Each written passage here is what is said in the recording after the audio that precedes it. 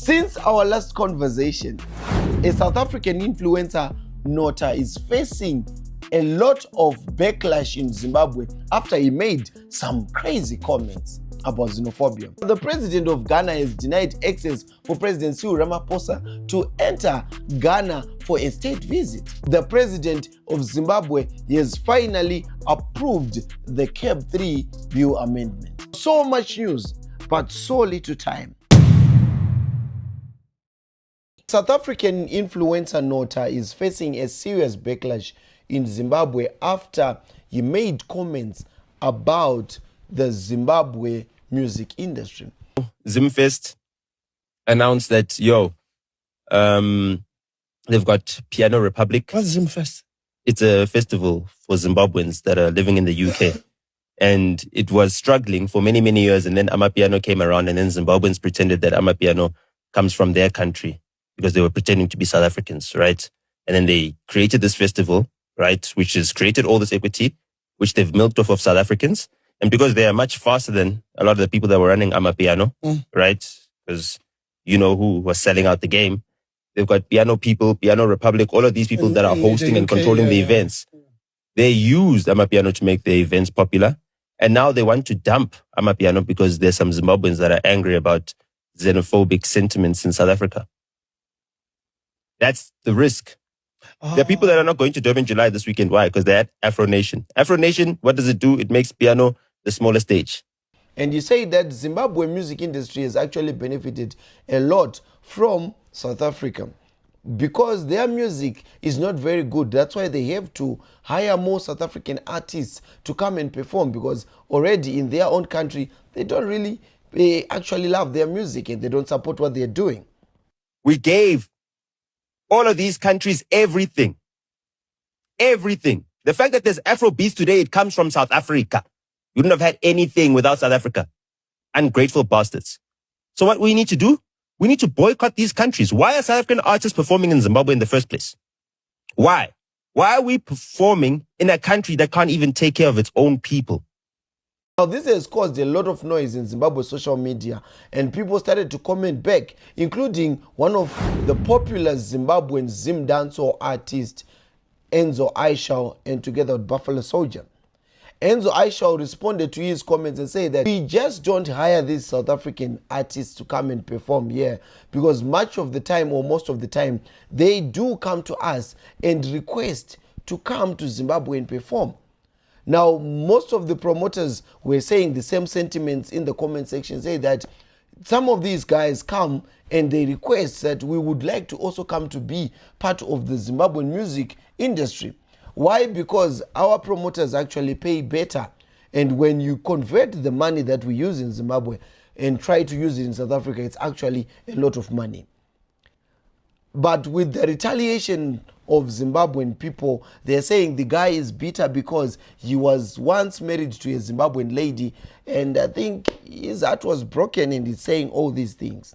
Now, let me know what you think in the comment section. Were his comments valid or not? But moving on to the second story of the day. Ghana declines a state visit by South Africa's Ramaphosa. According to sources, Ghana has reportedly turned down a request for President Cyril Ramaphosa to make a visit to Accra.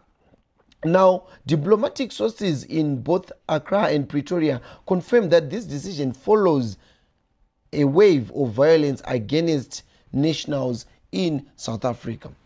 It was a decision that was made by Ghana because they were deeply concerned about how their people are being treated in South Africa, their safety, and the dignity of their citizens because of these xenophobia, Afrophobia, whatever attacks that are happening in South Africa.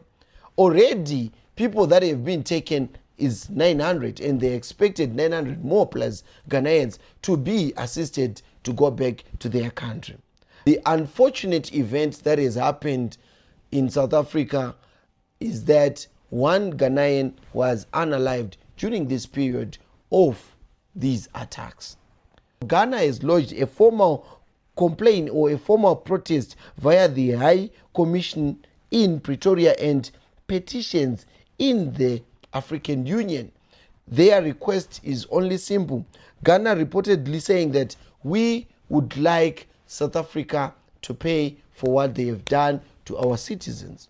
In response, Ghana has condemned this act that is happening in South Africa. The foreign minister condemned the unaliving of the Ghanaian national and demanded a full, transparent, expedited investigation. Now, the bigger question here is that will there be a good relationship between Ghana and South Africa as we go forward?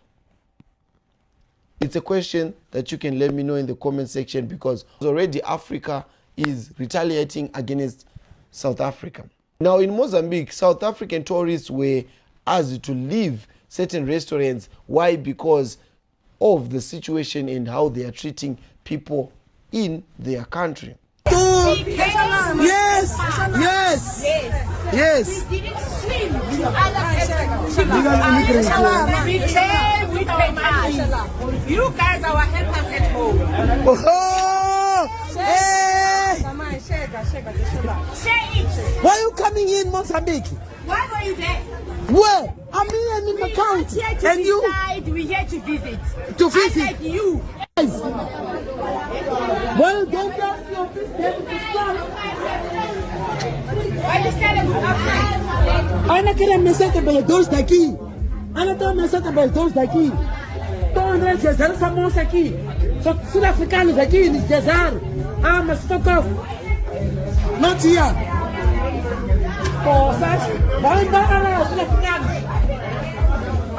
As you can see the video on the screen, which is the same now in Nigeria. Nigerians have actually made a youth conference where they were talking about, where they were giving South Africans an ultimatum in their country that by these dates you should have left our country.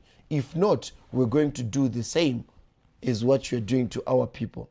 We are here today as the youth of this country to express our displeasure and to also express our dissatisfaction on how the government of South Africa have handled this matter. We, the young people of Nigeria, are not happy for what South Africa is doing. And we are here to also declare that from today, the first day of July 2026 to the end of July 2026, we would want the South Africans in Nigeria to also leave.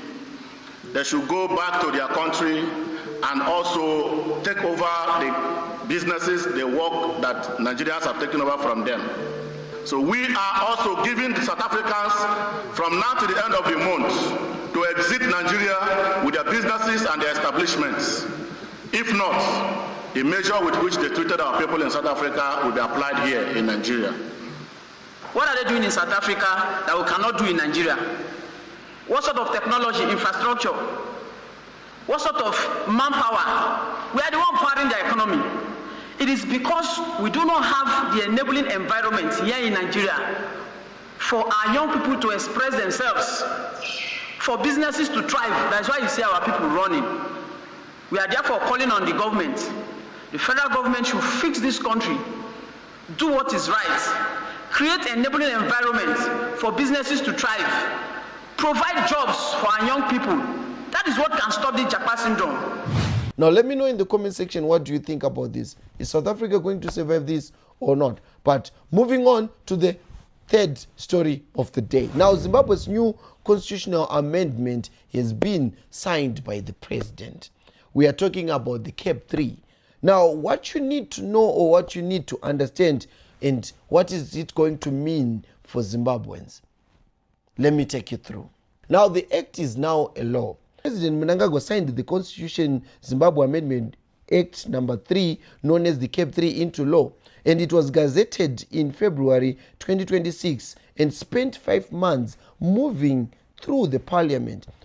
This law, it abolishes direct presidential and this law abolishes direct presidential elections and extends terms of office from 5 to 7 years.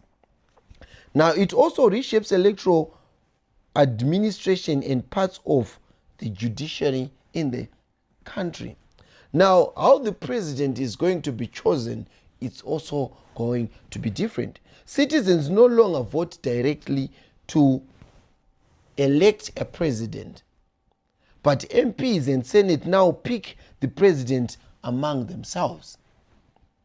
A lot of changes and a lot to take in, but we'll take you through slowly. The president, parliament and local councils now serve 7-year terms instead of 5, and it applies to those already in office, which means that there is no one coming in new right now. Those who are already in office are going to extend their terms to the 7 years.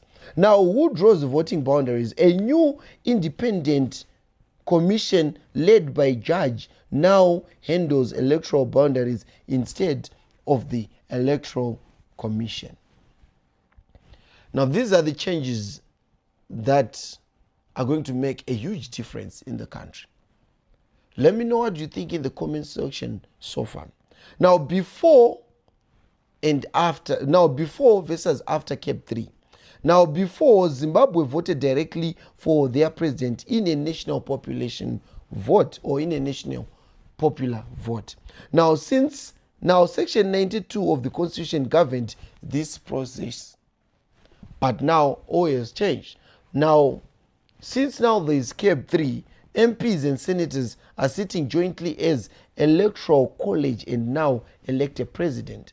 So those people we have chosen as MPs and Senate and so on, those are the people who are going to make decision for the masses. Now, a candidate needs to be more than half of the votes cast, otherwise a runoff is held between the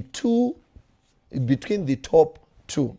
Now, the Zimbabwean Electoral Commission still administers the process.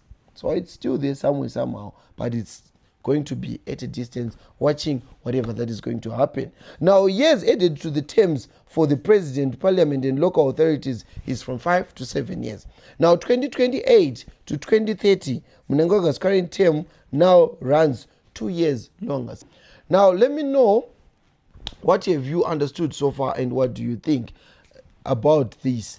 But there is so much criticism from neither positive and the negative side about this, considering there's a lot of countries that have also done similar acts and they've done well, or some of them have not done well. But let me know in the comment section, what do you think about this? Is this going to change a lot of things in Zimbabwe, or is going to do it on the negative side?